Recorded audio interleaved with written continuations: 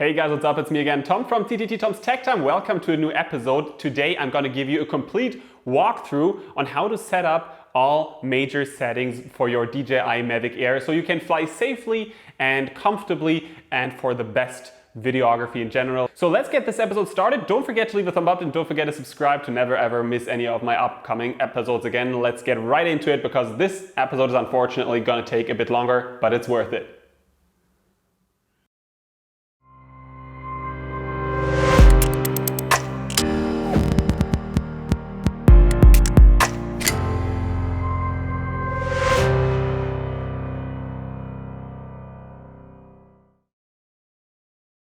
Let's get started. The drone is connected to the controller and the DJI Go 4 app is launched. Please ignore the compass error. It is only showing up because I placed the Mavic Air right in front of my window that unfortunately has a metal frame and that drives the compass nuts.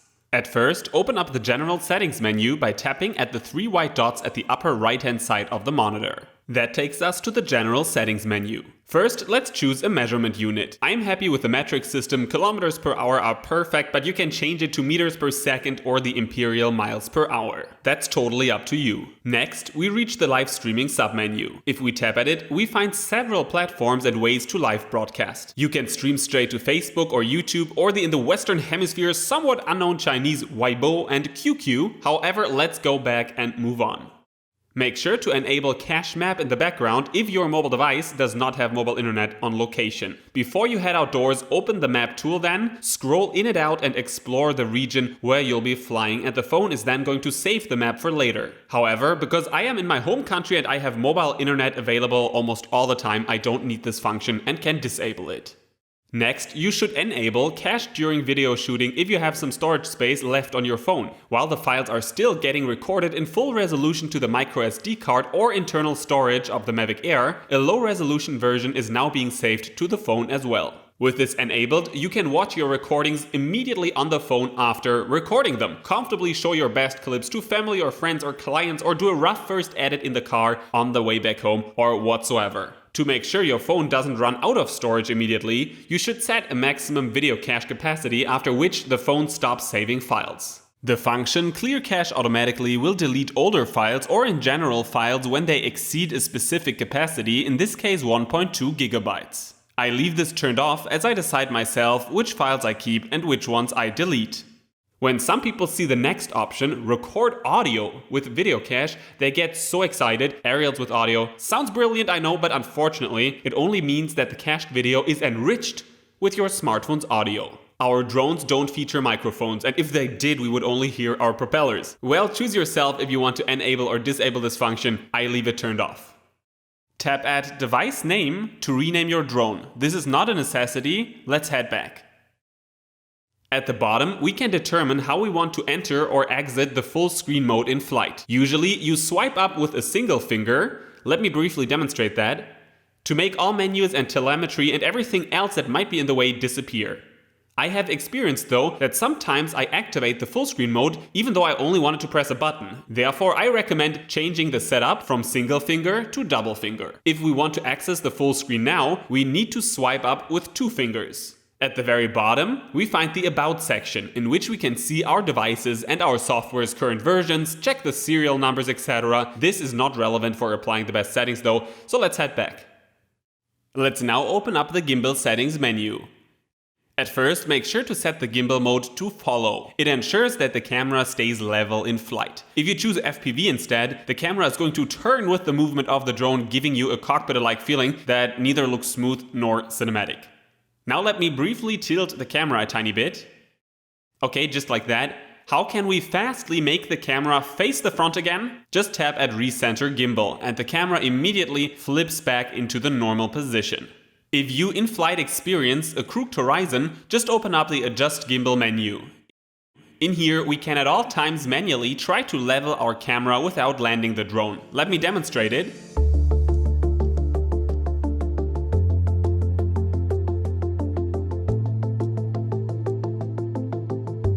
As you can see, you can move the camera manually until everything is level and looks superb again. In case your gimbal is often not level, put it on a flat surface and run the gimbal auto calibration that you find down at the bottom. I'm not going to demonstrate this now, but you basically tap edit and then you tap OK, and then the drone does the job automatically. Let's now tap at advanced settings. In here we can apply some significant changes. Firstly, let's check out our gimbal's speed.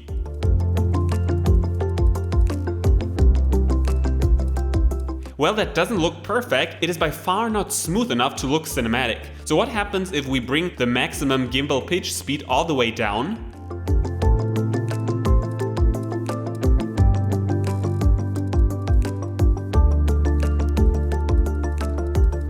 We can see that the gimbal is now moving way too slow. Let's now turn up the value all the way. Maybe that helps.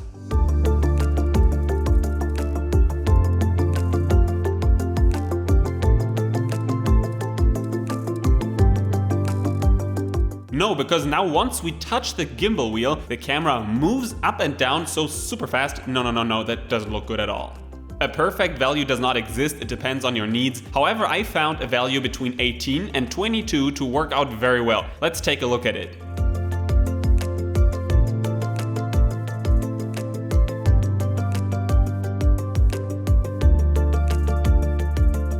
Next, we can en or disable the gimbal tilt. Once enabled, we can tilt the camera not only down, but up as well.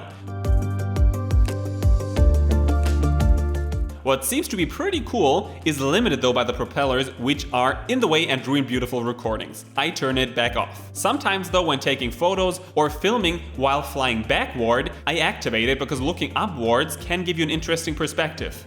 Finally, maybe the most relevant setting is the gimbal pitch smoothness. The drone's gimbal moves already at an excellent speed, but still it starts and stops very harsh. So this last submenu lets us take care of this problem. A value of approximately 20 till 22 works really well and guarantees more cinematic looking footage. Take a look, everything nice and smooth.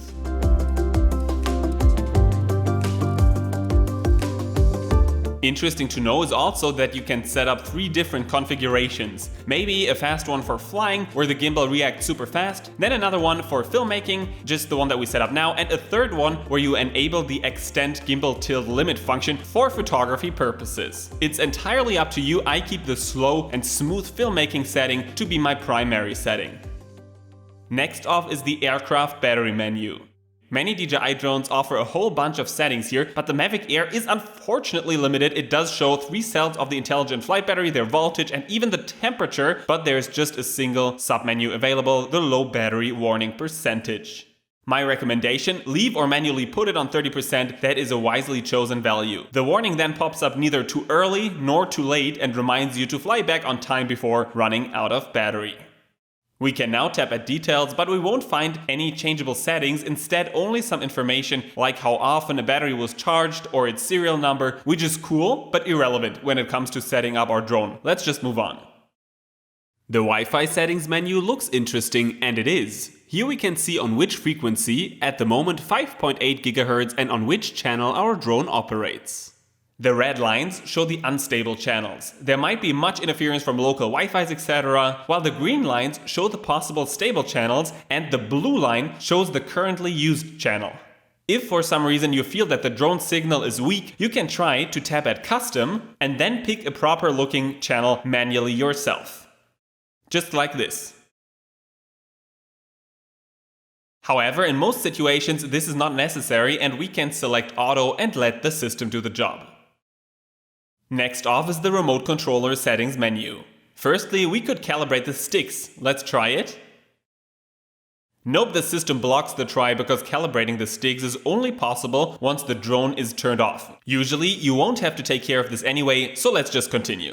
The stick mode menu is next, but before you freely change the settings in here, let me warn you, be careful. Stick mode 2 is the default one, and once you're used to it, you can cause severe damage with your drone when switching it, because you might want to gain height, but instead you push the drone to fly to the front. Choose wisely with which stick you want to control rotation and elevation, and with which one you want to fly forwards, backwards, right and left. Most drones use mode 2 by default, therefore I can only recommend getting used to it in order not to run into trouble with a new or a borrowed drone. Let's just head back. It is nice that the Mavic Air's RC features 2 buttons that can be selected manually. Let's just do it. The function FN button on the front of the remote control, I want to recenter the gimbal. That's quite useful when having the gimbal's speed slowed down for filmmaking. The second function button at the back of the remote controller I set to toggle map/live view, which can be quite helpful too, but that's totally up to you. Maybe the battery menu might be the better choice to you, or something totally else. You make the decision yourself. Next is the visual navigation settings menu, quite an important one, like all others too, unfortunately, to be honest. Firstly, make sure to enable obstacle avoidance, otherwise the small front and back cameras won't stop the drone when flying right at an object. Only when flying indoors or through very narrow spaces this function should be turned off. The next option, enable horizontal obstacles avoidance in TapFly, relates to TapFly, one of the drone's flight modes. I leave it disabled because even though I like the sensors and they're doing a good job, I don't want them to operate my drone. I like being in control myself and only want them to be a worst case help. Enable backward flying can be very helpful when tracking subjects, as the drone can not only film and follow them from behind, but it can fly ahead, which looks usually a lot cooler. I activate this function because the Mavic Air has backward facing sensors too, which is pretty cool.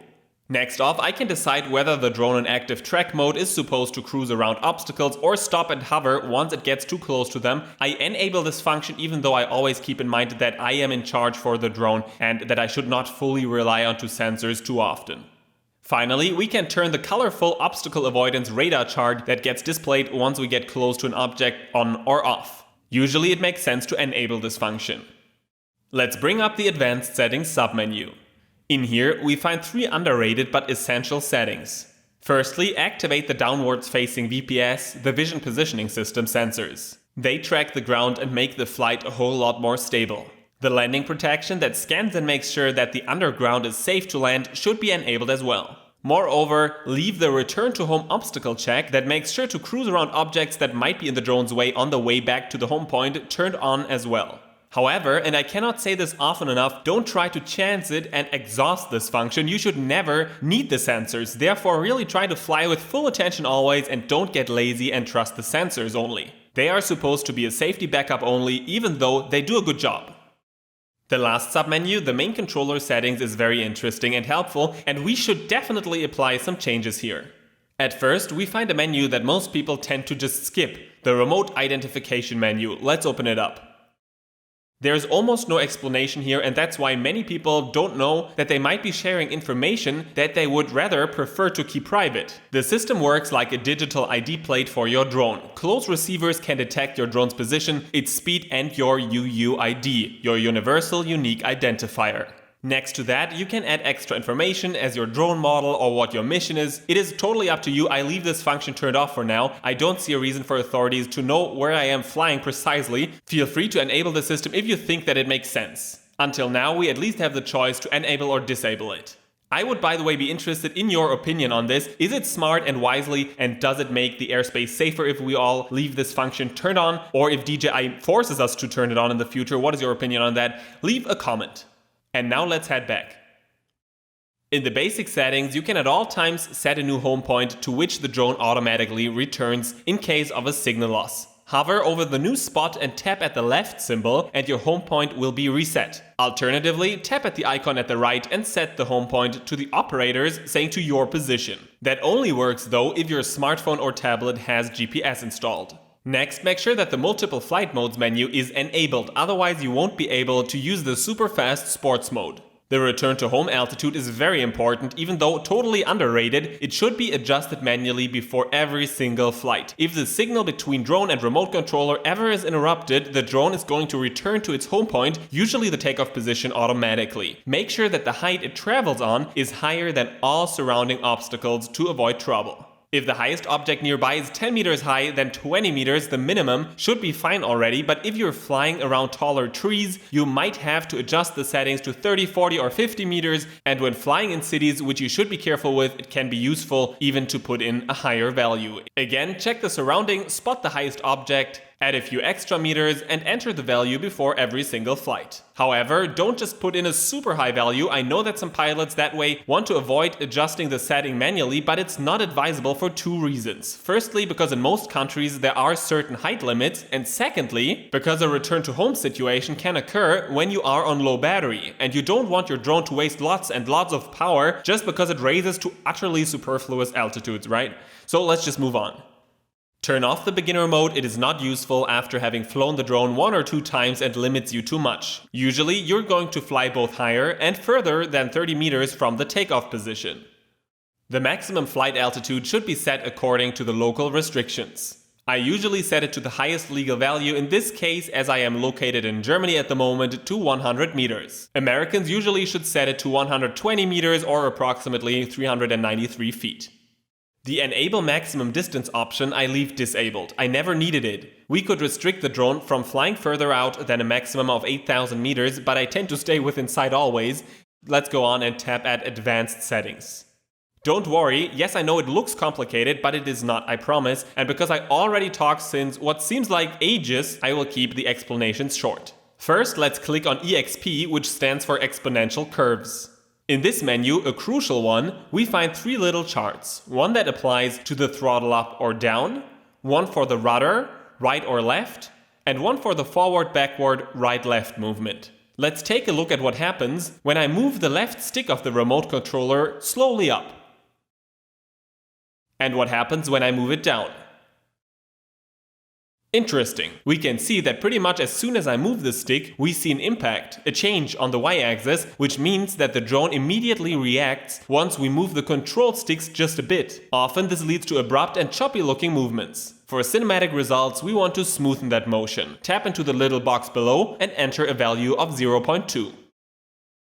Take a look at how the blue line has changed. When I'm now applying force to the remote controller stick, we can see that before the yellow dot moves up or down the y-axis, it firstly moves slowly around the x-axis and then starts going up or down. It smoothens our control stick's input. We have already smoothened the gimbal, and we now smoothen the movement of the drone itself. It doesn't sound very creative and spectacular, but I think that a value of 0.2 works very well for all boxes. Enter the value and you're good to go, and the drone neither acts too sluggish nor too aggressive.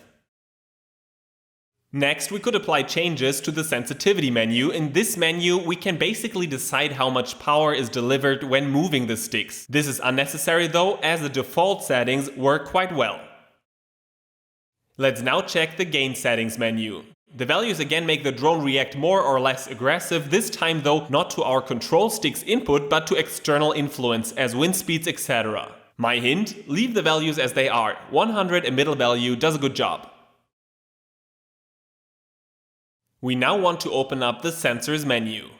In here we can check the status of the 2 IMUs and the single compass that DJI installed to the Mavic Air. If everything is green, then everything is fine. Unfortunately though, remember what I told you at the beginning of the video, my drone stands right next to the metal frame of my window, and that is why the compass value looks so miserable, but don't worry, as soon as I move it away after the video, everything is going to be totally fine again. Let's head back. The next menu lets us play with the sensitivity of the drone in cinematic mode, but with my settings, I usually don't need the cinematic mode at all, and therefore playing with the values here is totally unnecessary. Finally, set the correct reaction of your drone if you lose the remote controller's signal. Shall it return to the home point, or shall it rather wait and hover, or shall it immediately land? Usually you should leave this set onto return to home. Let's now go back to the main screen and open up the camera settings. No, we're gonna stop here, right here. Camera settings, that's a whole other episode. You can find a link pointing at that episode of mine in the description below this video. Now don't forget to leave a thumb up and don't forget to subscribe to never ever miss any of my upcoming episodes again. Stay tuned, fly safe, and check out tomstechtime.com for more tutorials and more awesome stuff. And join me on Facebook, facebook.com/tomstechtime to always stay up to date and get to know when new things happen in the drone world. And now, that was enough said, so many minutes. What was it now? Approximately 18, 19 minutes? Okay, I'm gonna zip my mouth now.